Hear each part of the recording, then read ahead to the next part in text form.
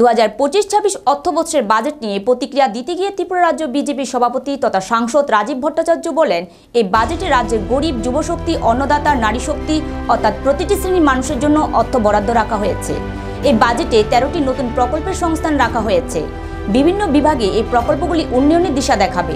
মুখ্যমন্ত্রী কন্যা বিবাহ যোজনায় 10 কোটি টাকা বরাদ্দ রাখা হয়েছে।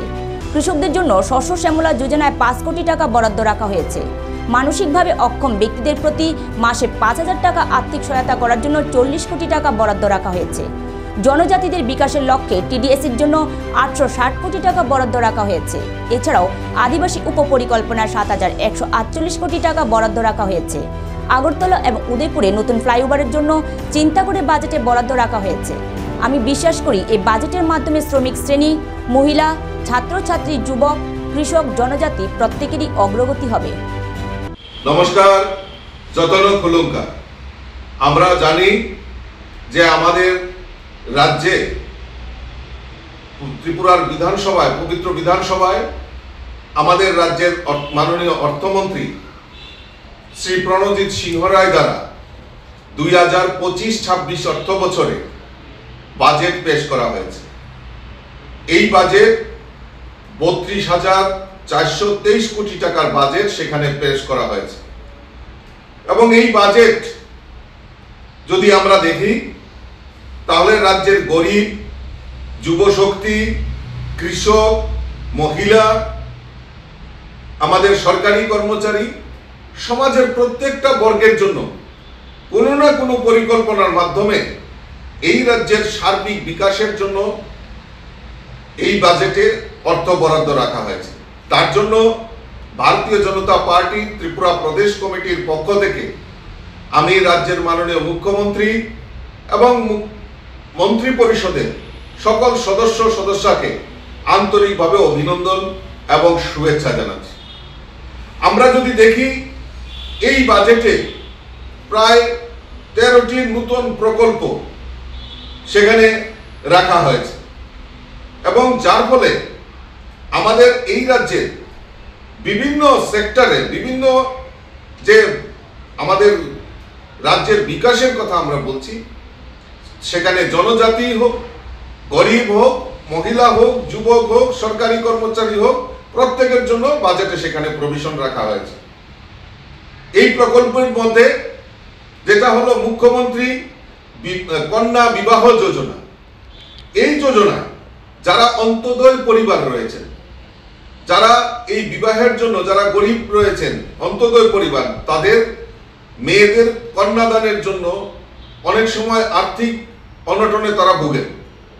তাই আমাদের রাজ্য সরকার সিদ্ধান্ত নিয়েছে যে মুখ্যমন্ত্রী কন্যা বিবাহ যোজনায় যারা অন্তোদয় পরিবার রয়েছেন তাদের কন্যার বিবাহের জন্য 50,000 টাকা আর্থিক সহায়তা করা হবে এবং তার জন্য আমাদের এই বাজেটে 10 কোটি টাকা বরাদ্দ রাখা হয়েছে।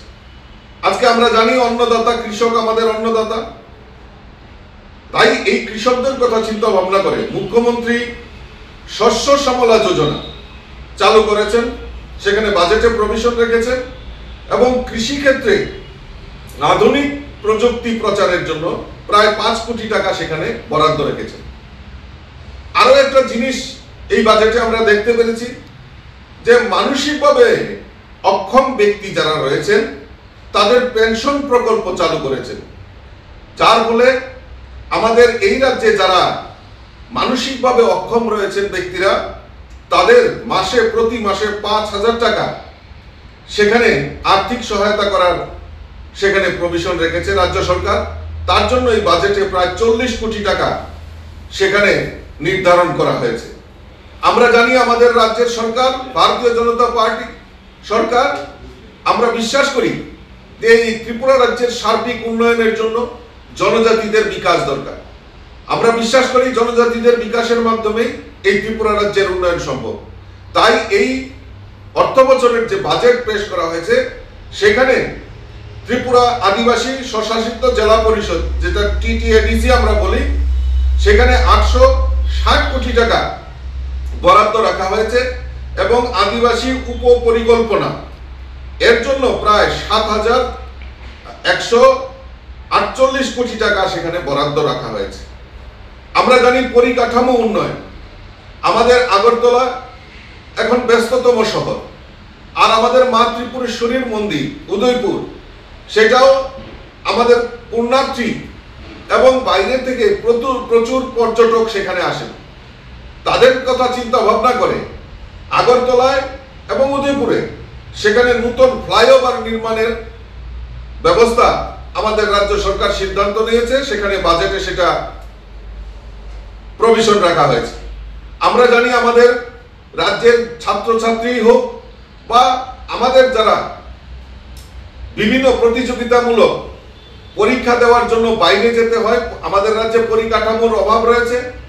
তার জন্য আমাদের রাজ্য সরকার হাপানিয়া ইন্টারন্যাশনাল যে মেলা প্রাঙ্গণ রয়েছে সেখানে কম্পিউটার ভিত্তিক প্রশিক্ষণ পরীক্ষা কেন্দ্র স্থাপন করার সেখানে বাজেটে প্রভিশন রয়েছে, যার জন্য প্রায় 15 কোটি টাকা বরাদ্দ এই বাজেটে রাখা হয়েছে।